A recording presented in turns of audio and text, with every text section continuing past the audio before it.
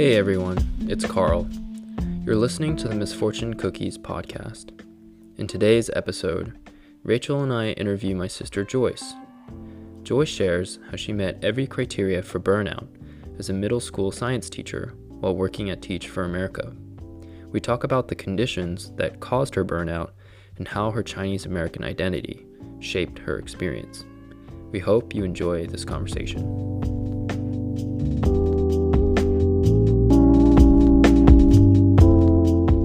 Hey Joyce, welcome to the Misfortune Cookies podcast. Hello, thanks for having me. Thanks for being here today. Before you share your story today, could you introduce yourself to our audience? Maybe share a bit about your background, where you were born, and what your family is like. Yeah, of course. So let's start with family, because that's the closest, literally.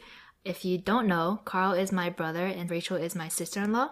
And as for background, my family is Chinese American. My parents were born in China and immigrated to the U.S. in the 90s. I was born in New Jersey and grew up in Delaware and, suburbia, part of a middle-class family. Awesome. So I know you wanted to share a story today about burnout. What do you mean by burnout and when did you experience it? Yeah, so burnout, I think it's just helpful to read a definition from online, I guess. So I looked this up. It says burnout is a state of emotional, physical, and mental exhaustion caused by excessive and prolonged stress. It occurs when you feel overwhelmed, emotionally drained, and unable to meet constant demands. So it's a lot.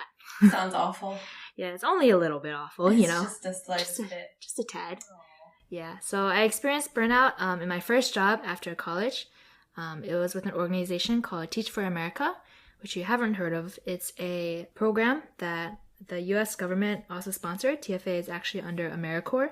And it's basically taking students, typically recent college grads, who would not have gone into education and puts them in a 2-year teaching commitment in an area that has a high need for teachers. Does that make sense? Yeah. Okay.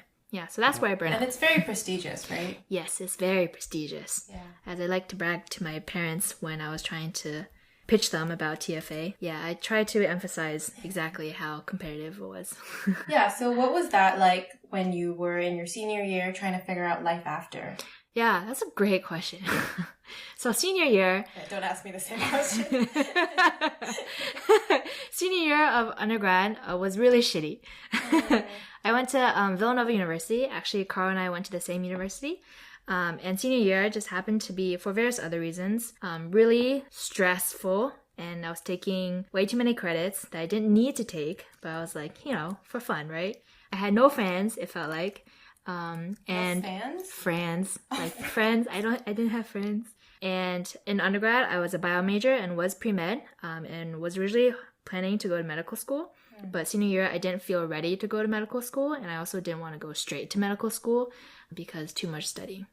Yeah, so that's kind of when I guess I heard about TFA. The website is very pretty. It's very cool. And I knew I had been interested in education because there are some similarities with the healthcare field. So I applied and I got in and was basically there weighing the decision and trying to pitch it to my family. And I don't know about you, but one thing that kind of comes up in being Asian American and making decisions like this is I felt like I always had to get the approval of family. Yep. As Karl would know since we have the same parents. And so as you were kind of bringing up earlier, I brought up a lot of the prestige to TFA and the competitive acceptance rate and being more competitive than Peace Corps, at least at the time when I was applying.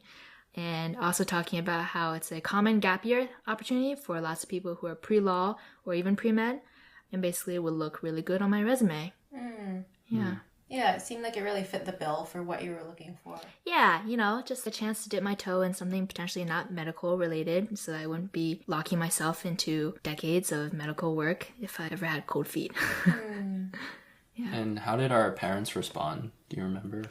I remember them being kind of unsure. And at the same time, they had kind of mixed messages of it's your decision, but also where exactly you're going to work, how much money you're going to make, all these other things that they definitely had an opinion on, I guess. Yeah, so anyway, in the end, I decided to do TFA because looking back on it, honestly, just the most cool thing I could do. It would make me really powerful, prideful, cool. It is pretty cool. Yeah, I would get a lot of respect, I think. Yeah. Even if I wasn't going to med school, at least I'd be doing something cool. Yeah. Yeah. For sure. I looked at TFA as well and Yeah. certainly considered it as an option. Wait, did you apply? I did. And you didn't get in? I don't think I actually finished the application. Oh, okay. All right. Actually. Yeah. All right. So what happened next? Like, what was the first thing that you had to do with TFA? I kind of wanted to stay a minute on the whole parent approval thing, if that's okay. Mm-hmm. I'm curious if it was important to you at that point to get their approval. Yeah, it definitely was. I think it still is in a lot of ways. It's something I'm trying to free myself of, actually. But I did want their approval, and it felt like I needed their approval because, one, they were paying for the transition, basically. They had paid for all of undergrad. Although we had financial help and scholarships, they basically paid for room and board and things. But yeah, I definitely wanted their approval. Also because after graduating, senior year of undergrad you're facing a lot of uncertainty, and kind of like family is like one of the only sources of information you have and like guideposts you have after graduating. So that's why I felt the strong urge to have approval and, trying to find some sort of area to put my confidence in. Yeah. Where if they approved it, then I could approve it and know it was a good decision. The irony. So what happened next? So basically, after I got in, we had a whole period of training. They called it onboarding. And it probably could be summed up in this very public message where it was very corporate and it looked really cool and everything was super planned, and they, catered Panera breakfast, lunch, dinner all the time. We felt so spoiled and everybody dressed professionally. Anyway, all the people that were talking to us in training were like, it's going to be so hard, but it's going to be so fantastic. You're going to be so great, and you'll get through it because you're awesome people on an awesome mission to help these poor kids who come from sucky backgrounds and need you, and you're just such great leaders. And it's going to be really hard, by the way, but you're going to be amazing. And so that was kind of like the summary of onboarding and training, the TLDR version. Yeah. So I guess after training, which is actually kind of fun because it was like college over again, except without as much work. And so I got to make some really good friends during this period, other TFA core members. And so we started moving to our placement. So I was placed in Connecticut. At first, I thought I was placed in New Haven, which is lucky because Karl and I actually have an aunt who lives in New Haven with her husband and 3 kids. And so it kind of worked out that I basically moved to Connecticut.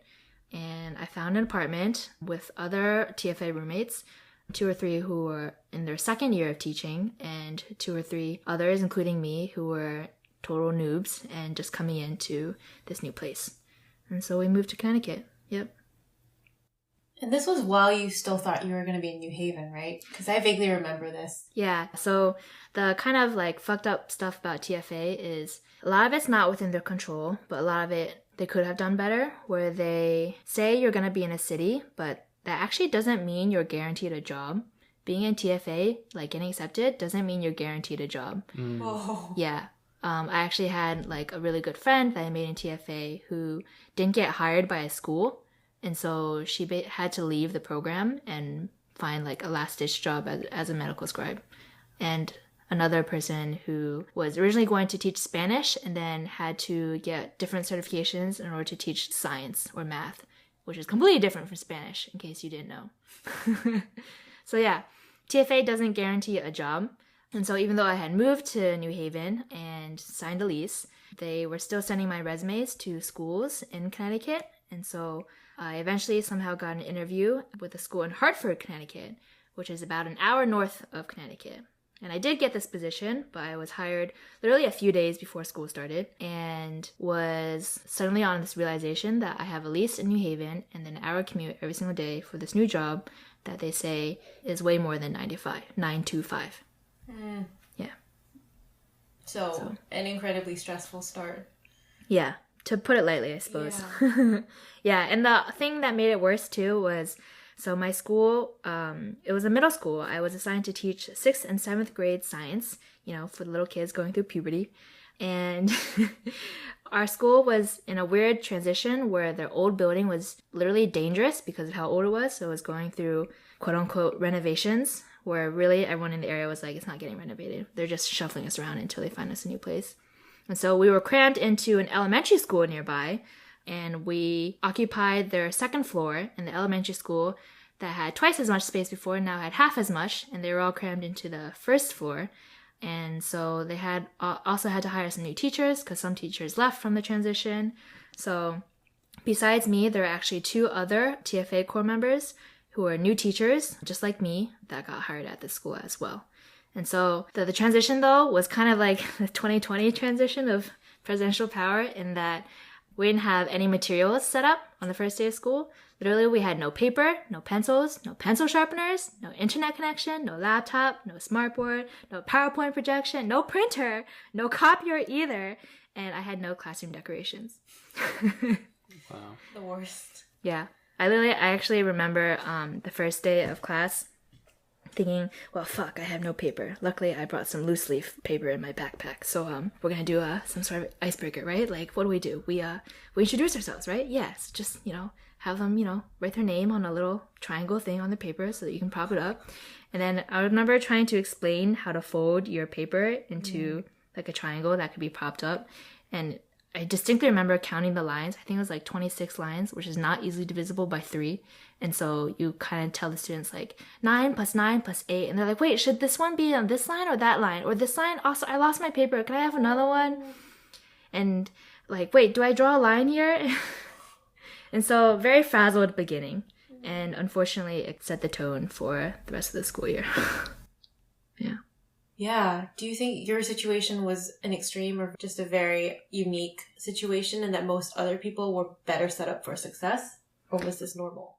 I think for TFA, this was normal. Wow. And the scary thing is, like, a normal science teacher has so much shit to do. Like, to, I guess, give you maybe an idea in the day of their life, I would get up an hour earlier because I had to drive. So I meant getting up at least like 6 a.m. So I could leave by like 6:30. So I would get there at 7:30 to be there on morning duty by 7:45, making sure to print out my last minute handouts. Hopefully the printer was working. And then get my students, bring them to homeroom, check attendance, make announcements, keep track of extra forms, help the student that still can't get into his locker even though it's been several months into school, and then mark tardy students who are angry at being marked tardy. And then that's just homeroom. And then we have classes where I say this so that you can have a greater respect, I guess, of the things that teachers have to do. Mm-hmm. They have to prepare the lessons and make materials, classwork. They have to collect classwork and grade it and give feedback, because constant feedback is one of the best ways to encourage learning. They have to put the grades in online, and public schools don't have great online systems. And the worst part of it all too is the other 2 veteran teachers that I worked with gave me a lot of good advice, but their advice was really demoralizing, because they would always say things like cover your butt, which was code for cover your ass, cover your fucking ass. Where basically our students came from a low-income area. A lot of them were Jamaican, actually. Great kids. As in, I love them, but they were shitheads. They were shits.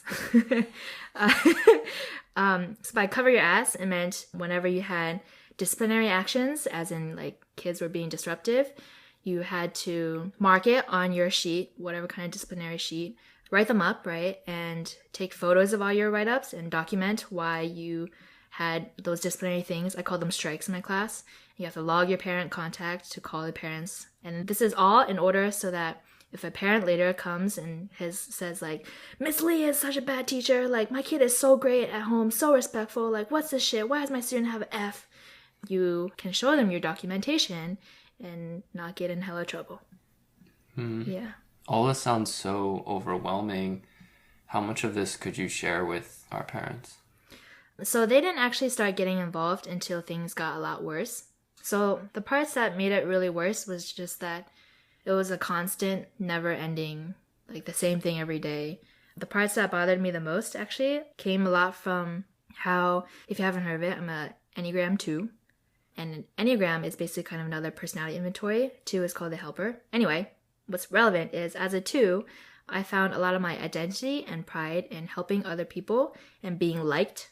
And one of the unhealthy aspects is it means I can empathize with people really easily, but it also means I have a hard time just separating my feelings from the people around me. And so if my students were, one, not learning or having really crappy days or being disruptive or hated me, that kind of was really a toxic environment where I couldn't separate myself so much when they were upset.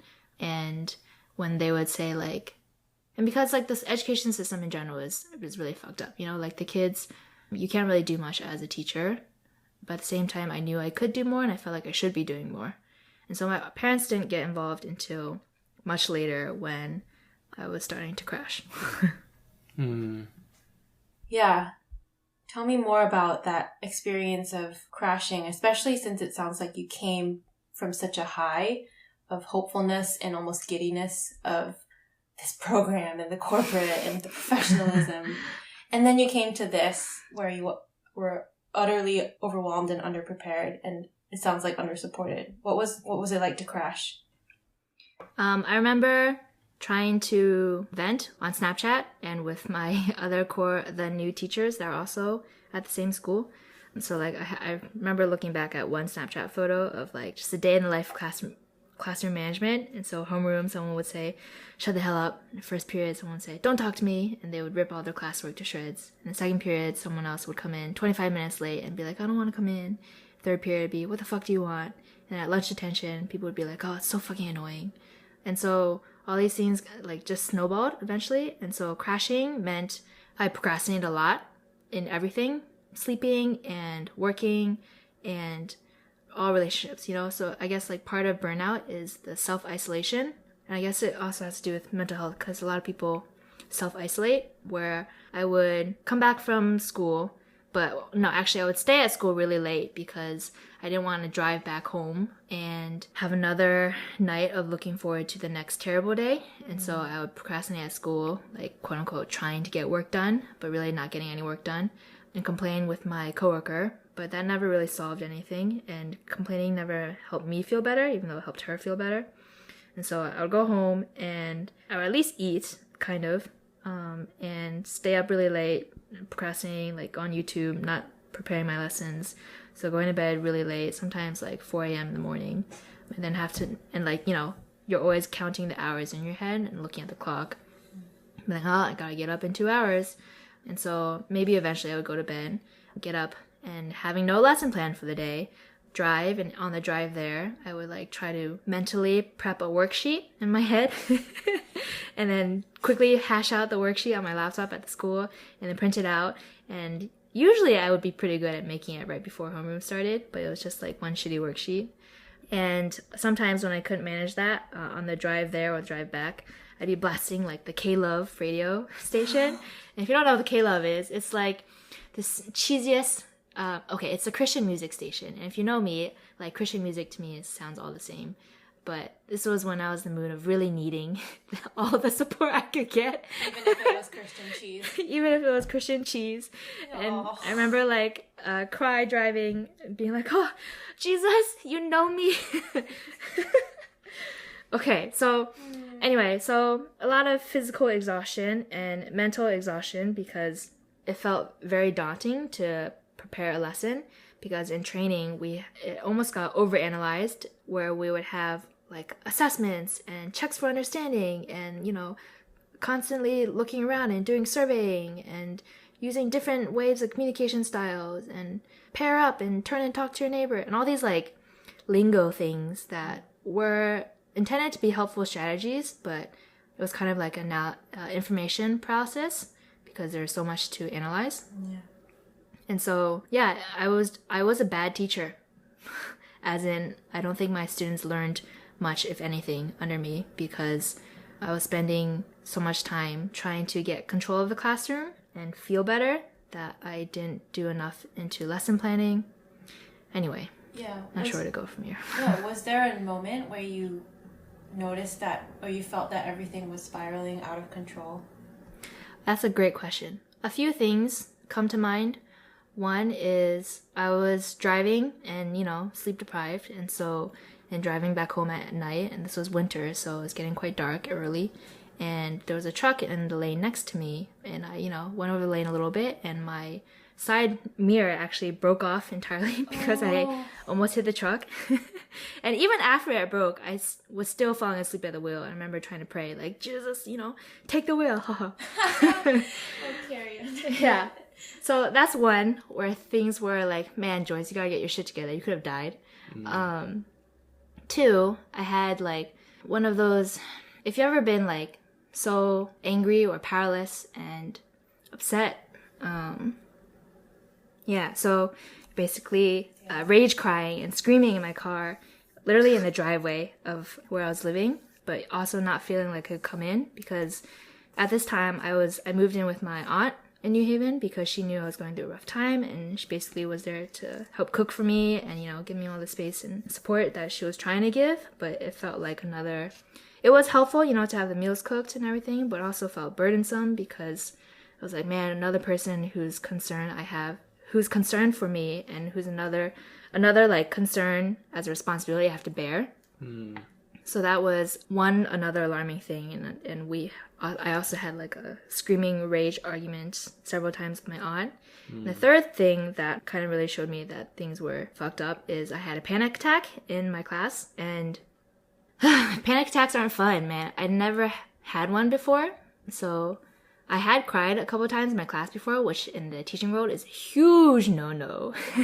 All the veteran teachers are like, even if you have to go to the bathroom right now, never let them see you cry. Like, I'm like, oh, well, broke that wall a couple times. But the panic attack in class was very surprising because I had no idea what was going on. I was just kind of talking to a student. She was asking me a question. It was one of those, like, kind of rude ones who was popular, who I did like a lot and wish we could have just been friends instead of, you know, an authority-student relationship. And she was asking me a question on something she probably already knew the answer of, and I was trying to sincerely explain. And I just started crying out of nowhere. It wasn't even particularly that bad of a day. I just started crying out of nowhere. I started sweating a lot. My heart was beating fast, and I was very aware of it. And then the students like ran out of the classroom making a huge scene, like, Miss Lee's crying!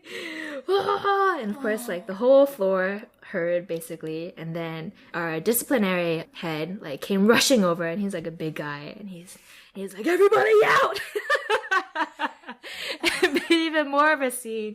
And so not what you need. Yeah, it was it was like I in the moment I was like, I really didn't know what happened. And the disciplinary head was trying to be supportive by saying, like, who did this? Like, who made Miss Lee cry? And like, what are you guys doing? And it really wasn't anything specific they did in that moment.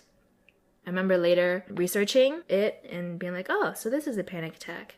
And I also learned when you have panic attacks, it is unadvisable to avoid the situation that caused a panic attack and make it into a phobia sort of thing.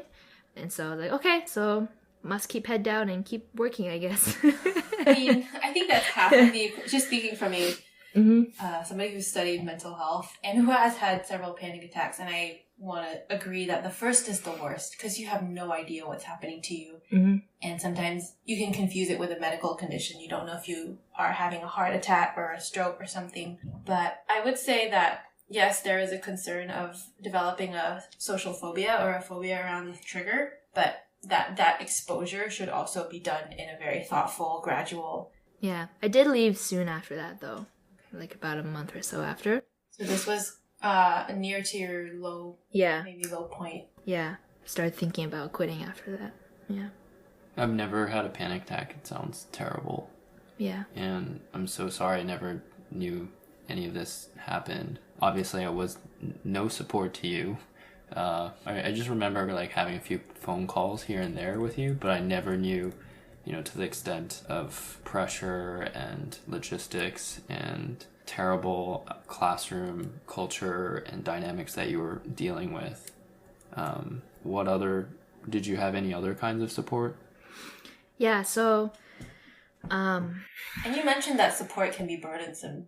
Yeah, too. Yeah. So the hard thing with support is, I feel like part of being Chinese American for me was the challenge of it being unsafe or just like not okay to express a negative emotion or an emotional need. And also coinciding with that, this importance of saving face, of your prestige, honor, and pride, and keeping up with appearances. 面子. Yeah, 面子, which is, Chinese for face, basically. And so while my, more American peers seem to have Well, the situations are actually very different from with other core members. Now I look back and say I shouldn't have compared, but I definitely compared. But my one coworker, who was also a TFA core member, said like complaining always made her feel better. When for me, it was like, well, what the fuck does complaining do? It doesn't change your situation. And so it always made me kind of feel worse. Yeah. And after you complain? Yeah, and so unproductive. Yeah, and the thing is, our situations were different too, because she actually only taught like 1.5 classes, and the lesson plan was made for her by another teacher. Just like, it was a weird situation. What? And she also lived close by. And actually, like, a lot of people my core year quit, but they were teaching at typically high schools that were physically unsafe. And while like we had some fights in my classroom, no one ever... Actually, that's not true. Someone did bring a knife to school, but never to the point of where I felt like physically unsafe on the daily. But other teachers did quit. TFA did assign everyone a coach. A coach had around 3 or 4 people underneath them that were supposed to help. My coach was really a great person, but it felt like I couldn't make any progress because there was like all these things I was suppressing, and if I let it come out, I'd just be crying for days. And our coaching sessions were 1 hour every week. So I would kind of like bring up something that would be easy for her to work with, I guess, which is kind of twisted, to try to present problems that are easily solvable so other people can feel good about solving them. Yeah. Yeah, I forget the question.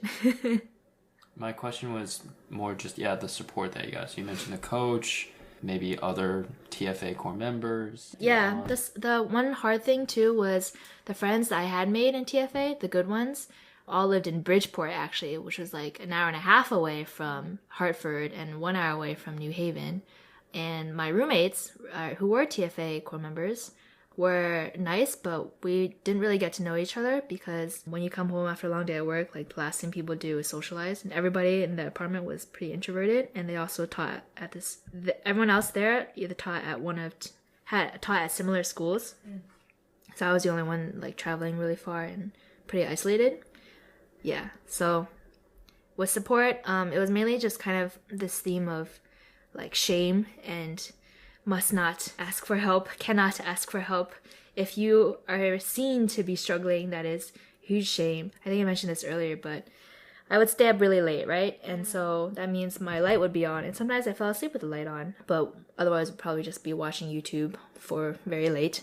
And one day my roommate said like, hey Joyce, like I went to the bathroom, in the middle of the night last night, and I saw your light was still on, and I know this has been happening like a few times now, and I'm just like, just wanted to check out if you're okay, and like if there's anything you can do for help. And in that moment I actually felt an incredible amount of shame, because I was like, fuck, I got found out. And then I played it off, and of course she's like pretty and has it all together seemingly, and has friends next to her, and was a hard worker, and she was from Yale too. So this like measuring a prestige that I was doing in my head, and I knew it wasn't like a good thing to do, but I was still doing it. And so I kind of played off like, oh yeah, like sometimes I fall asleep with the light on, like it happens, like I'm fine, I'm doing okay. And she really, it's not like she had any more investment to ask further or prod further, and like we weren't even friends, we were just acquaintances. So just generally feeling unable to ask for help, or not even knowing like what help to ask for, really. Yeah. Which I think is also kind of going back to like the Asian Americanness, is both very Asian and American, I think, because in like American individualism, it's like this, pull yourself up by the bootstraps, and like if you can't fix it yourself, then you're a failure. And yeah, so there's that aspect. And when family got involved, I don't even know if that was good or bad. Could be both. Yeah. It's interesting to hear your perspective now, 2 years-ish out, because we remember this happening to you, and granted we were from a distance, right? We were in Philly and dealing with our own stuff too, but I think we did sense that something was really wrong, but also there was just this really tricky triangular situation where parents were coming to us and saying, go help Joyce. And we're like, but how? Does she need help? Like, But also, yeah, wanting to reach out to you and just this weird dance. And then me and Karl and our parents disagreed with how to, quote, help you. Mm-hmm. And that blew up a few times, actually. Yeah. We had some of our own screaming rage discussions. Yeah, between us and mom and dad. Yeah. I mean, I think some of it came to a head when it boiled down to the question of whether or not you should quit. Do you want to talk about that? Yeah. So... Or even before that, when Dad wanted to Dad came. Intervene. So I'll talk about Dad coming and like family, I guess, and then how I came to quit. So I think one thing I retroactively learned is kind of this idea in Chinese cultures, that family is everything. And when I'd be on the phone with my parents, like weeping or just like, really struggling, they would say things like, oh, like, please share with us, like, we want to hear from you. Like, who else do you have but family? Like, who else is going to be here with you? And my dad literally said something along the lines of, like, think of who else would care for you or pursue you like this, like, would any of your friends do that? Right? Like, can you think of any of your friends who would do that? And, like, in my, like, trying to save pride, I'd be like, yeah. It's just, like, I don't tell them. That kind of thing. And so their intent behind that was to say family is always with you, so don't be afraid to ask for help or to call us for help. But it contrasted a lot with how it felt growing up, where, as mentioned earlier, being unsafe to express feelings. I distinctly remember growing up, Karl probably remembers this too, but whenever I or Karl was crying, my mom especially would say, like, 哭没有用, which means crying has no use. Yep. So stop crying. And literally my dad sometimes would be yelling at you, stop crying! What's there to cry about? Stop crying! Because that really, really helps to soothe the soul. Yeah. And so I got really good at learning to talk while crying. I'm pretty good at it. It's a talent. Pretty good at it. I cry easily too, so I have to be good at it. But yeah. So that, like, family is everything, having those mixed messages of, like, family is supportive, but also, like, not really wanting to receive their help because it feels like it always comes with, like, strings attached, So when Dad did come to help, it was nice that he came to be with me, like, close. Like, that was supportive, just being there, and that he would take off work and drive 4 hours from Delaware to be there and, encourage me. Because that type of, like, verbal encouragement, saying, like, you can do it, I believe you can do it, like, of course you can do it, like, why don't you think you can do it, like, it's ridiculous, you're so smart, like, those types of things were actually the most encouraging, I think. What he did was he tried to solve my problems like he solves his work problems. So our dad is a manager at a healthcare diagnostics company, so he manages a team of workers, and he has gone through a lot of professional training and development with things like Toyota Kata and A3 system problem solving. What is the root cause? Six Sigma. Yeah, Six Sigma. Ask why 7 times. We should do that on the podcast. We should. Why? Oh, man. That'll just get so much depth. No, I shit you not. We had a spreadsheet. I know We you had a shit spreadsheet that was, like, labeled and color coded, and, like, we asked why 5 times. About and TFA. Yeah, it was for my TFA situation and various sections, and he had to train me on how to learn this problem solving thing in order to actually do the problem solving, which felt inefficient, but I got trained, kind of, very reluctantly. I was kind of like the stubborn, sullen brat during this entire process, not being easily helped. And so he was quite patient with me and also at a loss, honestly, on how to help. But this is what he knew. And so I think it is still, I think, important to recognize the sentiment behind that, even though it is very easy to rag on my dad. I love him a lot. So we tried to spreadsheet this, and the root cause, quote unquote, came to be not having good lesson materials, where we did have a curriculum provided by the state, but it was actually also in the new transition of new generation or next generation science standards for successful students, something like that, some acronym shit. And it was basically well-intentioned, but also not fully developed, and so also very hard to incorporate. Also didn't account for the different materials that schools had and did not have.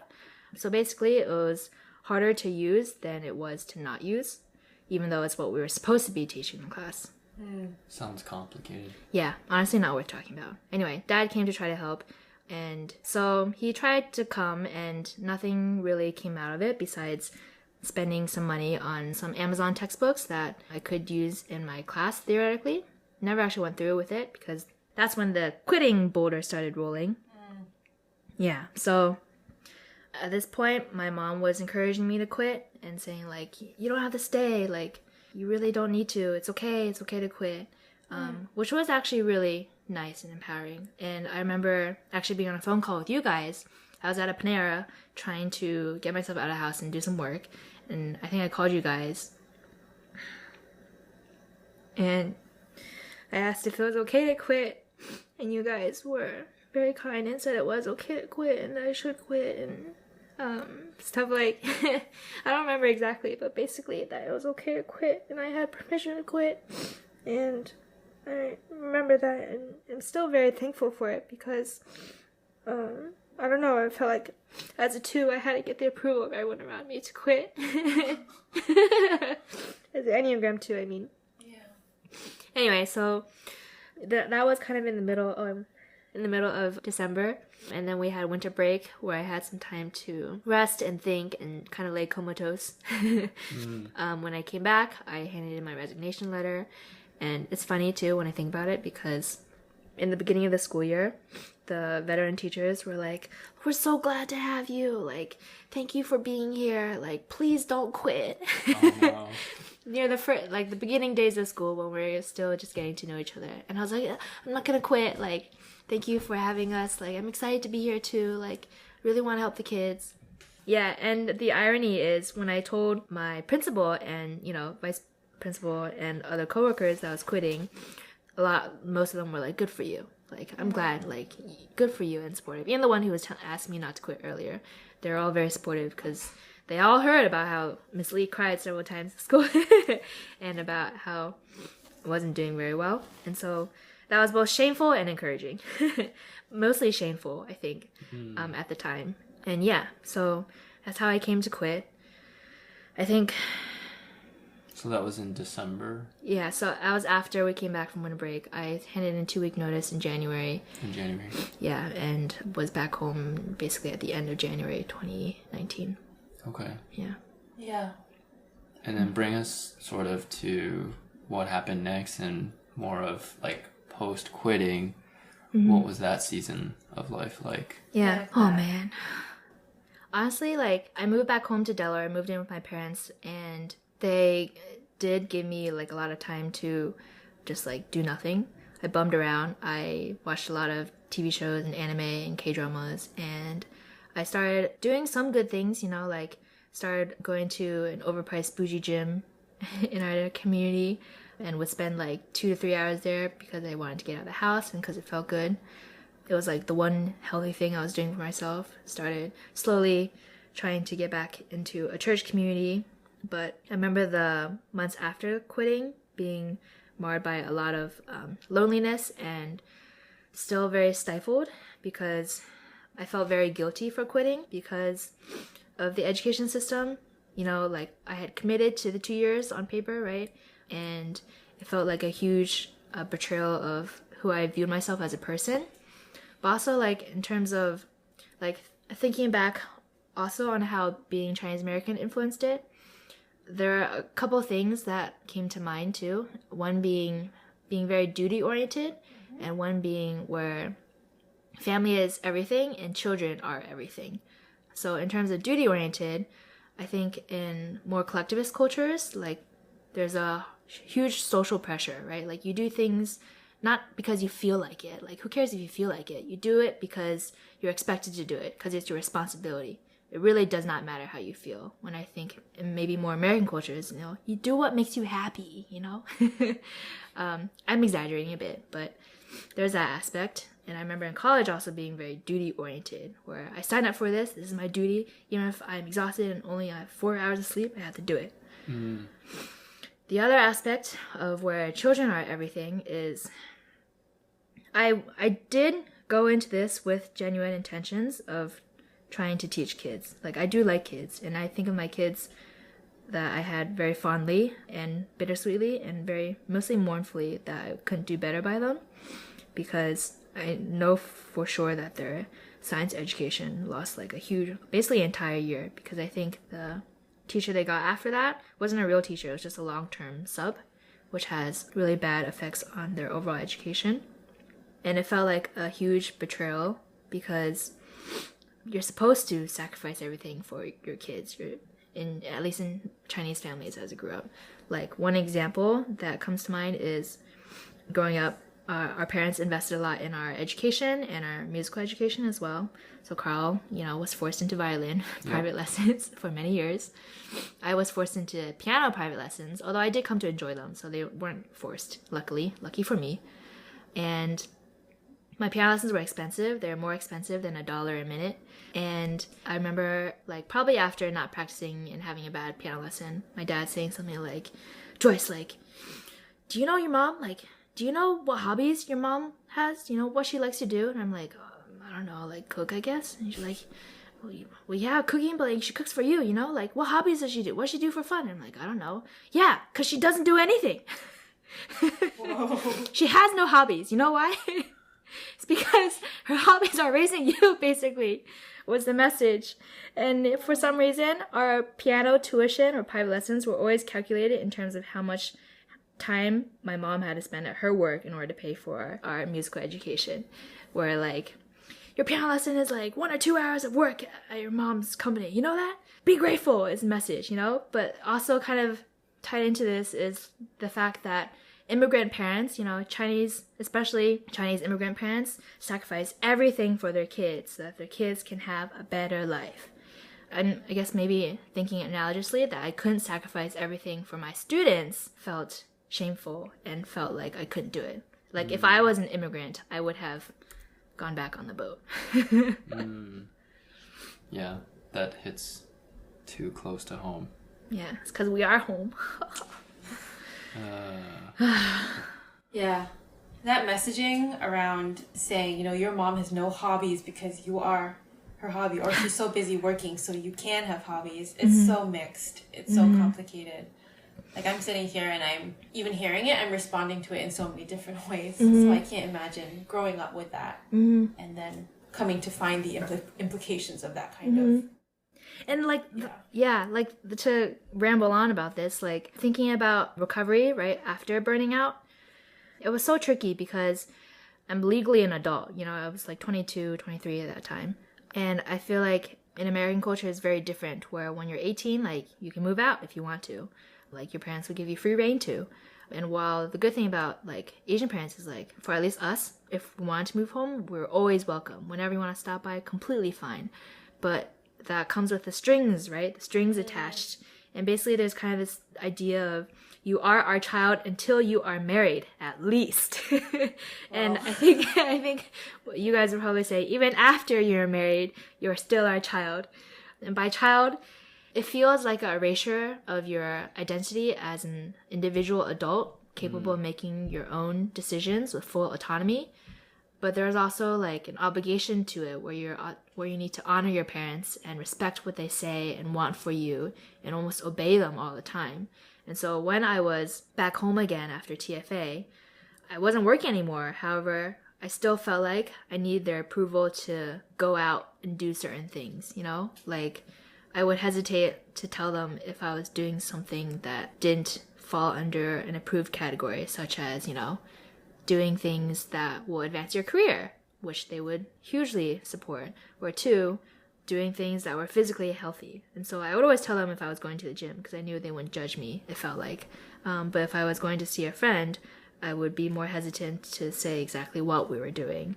Or I would feel, this is all my own perception, so obviously it's a little twisted, but I would hesitate if I'm saying I'm going out for fun, because, like, well, you're having fun when you don't have a job? Like, that seems like a wrong priority list.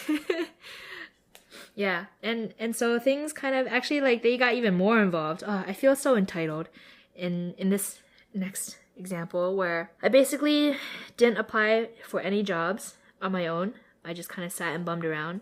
I don't necessarily have an excuse for it necessarily or explanation. Like now I feel bad about it. I don't know if I needed that time. I think I did need some time, but I think my time maybe went on for too long because it was about 6 months. And so my parents were like, hey, there's an opening at a team at our workplace. Like, you should apply. It's for just the entry-level lab technician kind of job. Great opportunity, easy work. You could totally do it. Basically, you should do it. And I really didn't want to because I hate lab work, and I know my purpose and passion is in doing work that is relational, but it felt very not okay. It felt like a rebellion to say no when they were sheltering me and paying for my food and everything. And it felt privileged and entitled and ungrateful to say, no, I think my passion is in something else, in this type of career that I just burned out in. You don't know what's best for me. And so I did eventually go on the interview, but luckily they didn't want me after the interview. So I'm actually thankful they didn't want me after the interview.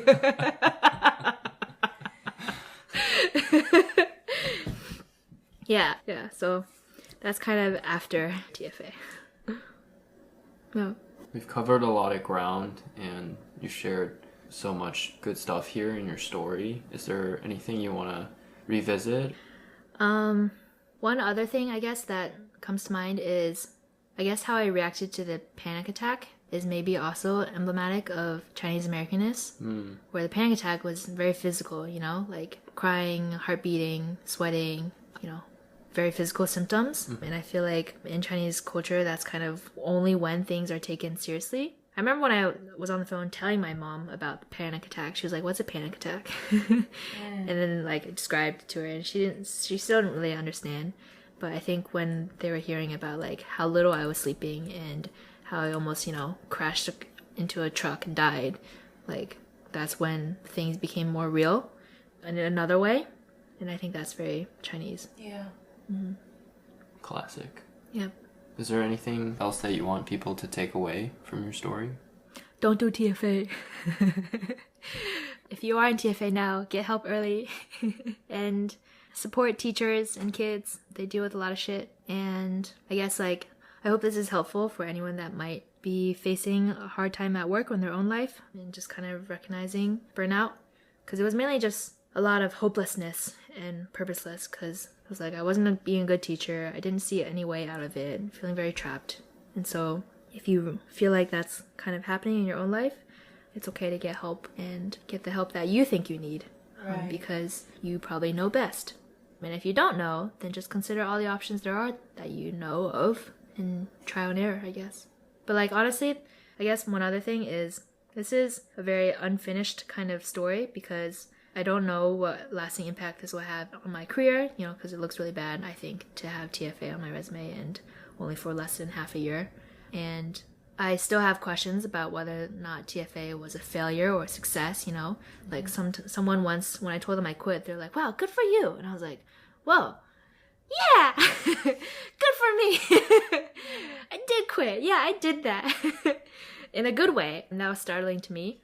And I still think about my students from time to time and wonder how they turned out or are turning out, because they're in 8th grade now. Yeah, so it's not finished, and I just can't wait for this looming TFA shadow to be completely eradicated. So it's there a little. A little, yeah. Much less than before, but a little. Mm-hmm. Okay, well, thank you so much for sharing your story. Yeah, thank you for having me. Courage and your bravery, and we love you so much, and we're so glad that you are who you are. Thanks. Love you guys too. All right. Okay, bye everyone. Bye.